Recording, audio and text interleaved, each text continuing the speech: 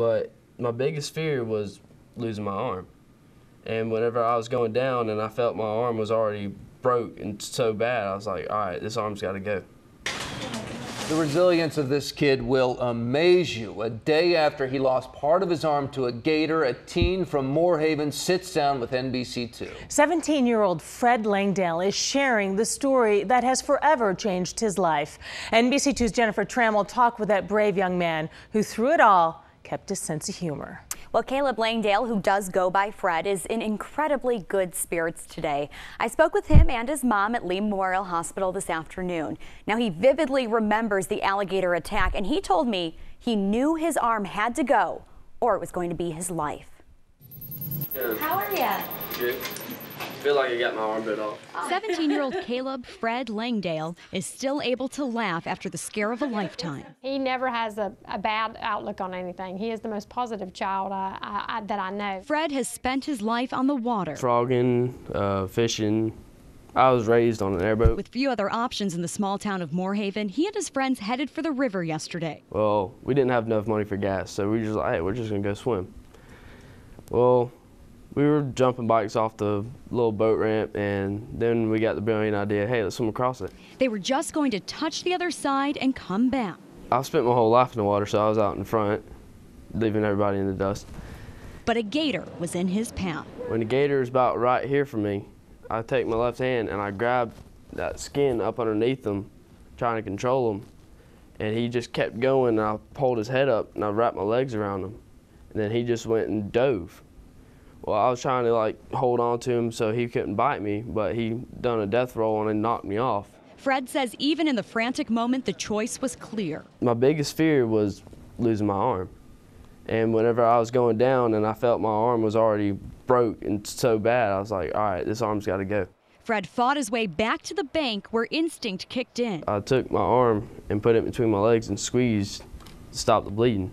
And I had the bleeding stop before the cops even got there. Mom Felinda was at school when she got a call from one of Fred's friends. He said, Miss Langdale, Fred's been caught by an alligator, but he's okay. The youngest of 3 children, Felinda says Fred can be positive about anything. He can make light of anything. And that was true the first moment she saw him in the ambulance. He told me that it was his left, it's okay that it was my right arm because I drive my airboat with the left arm.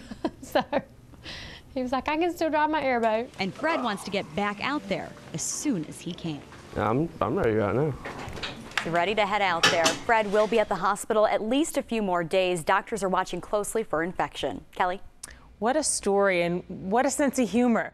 6 o'clock, we are hearing from the trauma surgeon who operated on that teenager who lost his arm to an alligator. Like the rest of us, Dr. Robert O'Connor is simply wowed by Fred Langdale's attitude. NBC2's Jennifer Trammell just talked with the doctor, and she's live at Lee Memorial Hospital with that part of the story. Jennifer. Well, Fred Langdale just went back into surgery within the last hour. When he first came here to Lee Memorial 2 days ago now, Dr. O'Connor was on call in the emergency room. And you know what? The doctor tells me he came in with that positive attitude we've seen for ourselves from Fred. Dr. Robert O'Connor is a trauma surgeon, but when he first saw 17-year-old Fred Langdale, it was anything but traumatic. He's quite a stud. He was very much awake and calm and was telling us the story and like nothing happened. The doctor tried to save Fred's right arm, but it was unlikely from the start. Usually these injuries are a tearing motion, and most of them tissue is not viable, and so it wasn't likely to be possible. This evening, Fred is back in surgery. It could be his last one, but doctors are worried about infection. So far, we're staving off everything, and hopefully we'll keep it that way. And for the first time today, we're hearing the 911 call that got him here. It was made by one of Fred's friends. 911 emergency. Hello? Yes, this is 911. Do you have an emergency? Yes, ma'am. A gator just got my friend. He's in the water. The operator tries to get more information. How bad is it? I honestly don't know. He's across the river. We're heading there right now. Is he out of the gator's mouth right now? Yes, he's out. He's on land now. She tells the caller to stay on the phone while she gets medics to the scene. Arm. Okay, is it still attached? No. With a little time to reflect, Fred says the damage is manageable. I'm just happy that I'm still alive, my buddies are still alive. I care less about the arm. He's tough, that's for sure. And Dr. O'Connor tells me Fred should make a full recovery and have a full and active life after this. That's going to include a prosthetic arm. Right now, friends and family are trying to raise money for that device. They could need hundreds of thousands of dollars. We put the information on our website, NBC-2.com. Click on news links, and you can get to the website where friends and family are raising money. Live at Lee Memorial, Jennifer Trammell, NBC2.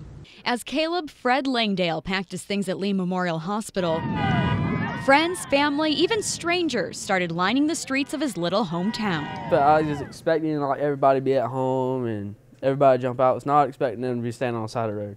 A day after the Moorhaven welcome, the posters and cards full of well wishes line Fred's makeshift bedroom, where he's adjusting to life without part of his right arm. I had a good night's sleep except for my dang pillow fell off. I had to try and get that back up.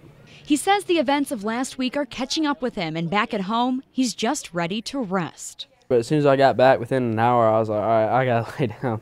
But the airboat sitting in the backyard is on his mind. I can still drive it though. They just won't let me get on it.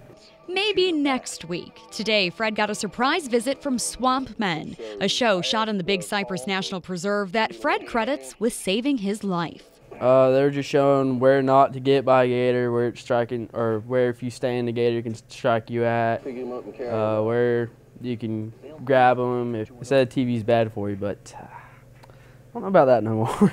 Long before his run-in with this 11-foot alligator, friends were already calling him Gator Fred. Yeah, we were at the river one time and gator popped up and I had to jump it on the wakeboard or fall in with it. Yeah, now it has a different meaning to it though. Now Fred and that nickname are sealed into Moorhaven history.